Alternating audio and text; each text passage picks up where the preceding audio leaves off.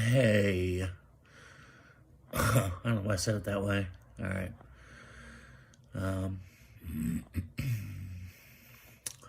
so yeah, I'm gonna talk some shit about Eli because why not? It's kind of fun to do.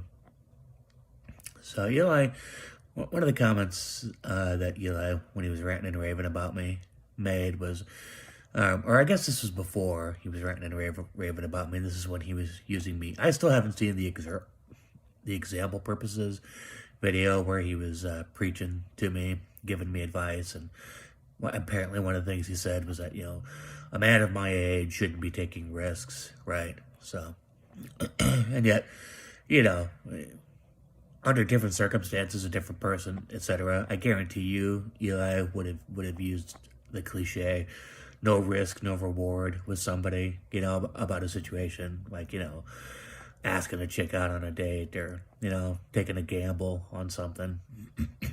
But it is true. I mean, no risk, no reward. And as I said before, the reason I did it was to raise funds for Johnny 12 Step because I wanted to, bring a lot more money to the table for a producer and go, here's what I got, we can probably raise more funds from here and make this movie because I really wanted to make that movie because it's fucking good. It's a good script.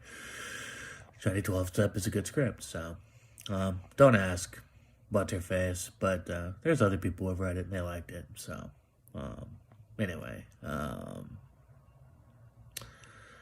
So yeah, so that was why I did it, and I took a risk. I lost, it happened, so here I am. But at least, at least I tried, At least I made, I took some chances in life, Eli, which is more than I can say for you, dude. So, you've played it safe your whole fucking life. I mean, so, I took chances, moved out to LA, years ago, took a chance there, didn't work out, went the indie route, didn't work out, took some chances with some people, some friends, some women along, over the years. It didn't work out. At least I took the chance, At least I took my shot and found out. I gambled and I lost, Big deal. Big deal. I would much rather have gambled and lost than never gambled at all, I mean, really, honestly. It's cold here today. I'm like extra stuffy today, so that's why I keep kind of doing that shit. So, don't mind me. All right. So, and the thing, I mean, look, I feel for Dawn. I do. I really do. Because I actually do have empathy. I actually do have compassion for people. I feel for Dawn. Because she deserves better. And what you did to her, you're a shithead for doing what you did to her, And all because you just want a virtue signal. And you just want to, show people, look at what a good guy I am. Look at all the things I'm doing for this person, right? All the sacrifices I'm making, right? I mean, people.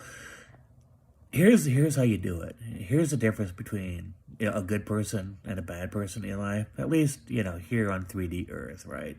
Okay, good people make sacrifices and don't call attention to it. They just do it.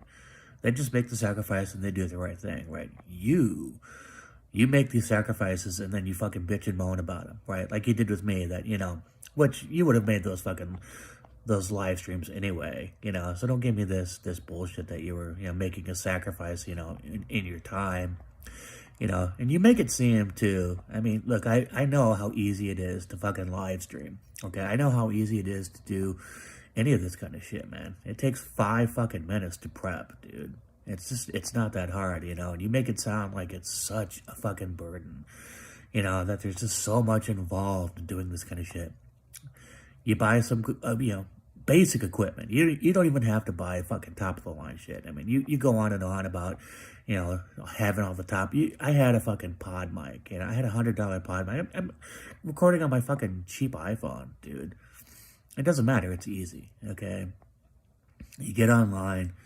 You talk for an hour, you're done. It's just not that big of a deal, dude. But you've always made it into a big deal. You've always exaggerated the process and made it out to be so that, because it's part of your scam, dude. It's part of your scam.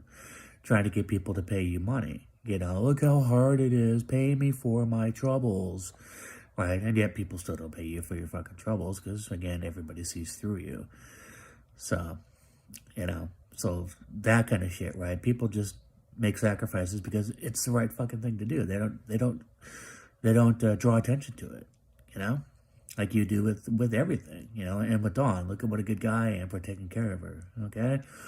And as far as Dawn is concerned, I mean, again, she really does. You cut her off from her family, which is such a shitty fucking thing. It was such a manipulative, fucking passive-aggressive, fucking narky thing to do, to cut her off from her family. And you're still in denial about Dawn and her condition. She's an alcoholic, dude. She's a straight-up fucking... And you minimize it. You're an enabler. You minimize it. You're classic. Dude, I grew up around this shit, man. My father was. My mom was kind of a drunk. My mom was fucked in the head for different reasons. But my dad was a fucking alcoholic, dude. Was around that shit. My older brother was an alcoholic, you know, addict, you know. I was around this shit my whole life. Went to fucking Alateen. You know, they made me go to Alateen when I was like 12, dude. You know. I know, I read the big book, you know. I've been around 12-step culture my whole fucking life, you know. I wrote a screenplay called Johnny 12-Step. It's not technically really about... you know, alcoholism. It's really more about it's different. It's just set in that kind of environment. But anyway, sorry. Yeah, I mean, you know, you're enabling this woman. She deserves help. She needs help. You know, she needs more help. And that's the irony of it, though, too, is you're fucking miserable. I mean, I saw some comments that Sarah was making about it. And it's kind of funny, and I agree with them, too. I mean, you're miserable. You got yourself into a situation trying to fucking, you know, virtue signal to the world about what a great fucking guy you are in here, and I can fix this person, and I can help this person. And look at me, look at all the wonderful things I'm doing. And you got yourself into a situation that you regret. You fucking regret it, but you can't back out now, dude. So, I mean, that's karma. That's karma right there, right? You got yourself into a situation that you didn't really expect, and, you know, it's just kind of funny. It's really kind of funny. So, you know, I have no fucking sympathy. I have sympathy for Dawn, but not for you, dude. Because she needs help, and all the shit that I've heard, you know, because a lot of what I know about the situation currently is secondhand information. She's in pretty bad shape, and she needs some serious fucking help. Not you, dude. Not you. And your stupid virtue signaling ass out here trying to make it look like, you know, you're this, you know, great guy. You're an enabler, dude. You're a classic enabler of her condition, right? By minimizing her condition, by making it seem like, you know, you're getting her out of a bad situation and into a better situation. You know, I mean, it's a classic case of, you know, out of the frying pan and into the fire with Dawn is what you did with her. Right? You haven't done a fucking thing to help her, right? She deserves better. God, I can't talk today. She deserves better than you, right? And it's just sad because this is what you do. I mean, we've all said this. We've all seen it, you know, and you only approach me when you think I'm at my lowest, right? Every fucking time, you know. When you think that I'm at my lowest is the only time you even fucking acknowledge my existence, dude. I mean, I'm not stupid. I see it. Everybody sees it, right? This is what you do. You take advantage of vulnerable people, right? And when you think I'm at my most vulnerable is when you come at me. Except I'm not a fucking idiot, dude. You know, my condition might be vulnerable, but I'm not as a person. You know, I still have a fucking brain, and I can still think for myself. You know, I'm not, like, overwhelmed with stress and anxiety, which is what you were hoping for, yeah, right? And that when you were talking about, you know, a man in my position, that's what you meant. Somebody overwhelmed with stress and anxiety to the point where it's affecting my thinking. And that's just not the case, dude. I can manage my anxiety. Basically, I've conquered my anxiety for the most part. So, it's just, you know, but you got another vulnerable individual, you know, and this is what you do. I'm going to say this too. You know, you're a predator. You're a predator in that sense of the word, that you prey on vulnerable people. I mean, so many of the people over the years that, you know, we saw you interact with were, you know, mentally, in a lot of cases, mentally vulnerable people, right? And you've got Dawn right now. I'm not saying she's an idiot or anything, but she's physically, emotionally, and probably financially vulnerable. And so, and I'm financially vulnerable too. And so you thought you could take advantage of that. So I didn't let you. You couldn't. So that's what you're doing with Dawn. And Dawn, look, you're not going to listen. I mean, I'm a piece of shit in your eyes, I'm sure. But you deserve better. And other people have said you deserve better. And you do. You 100% deserve, God, I cannot talk, deserve better than Eli.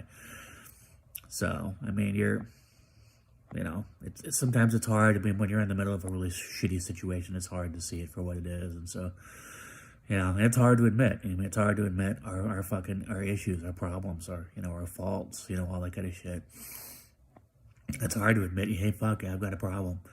I'm an alcoholic. I can't, I'm an addict. I can't stop. I can't stop. But you deserve better than Eli, I can tell you that.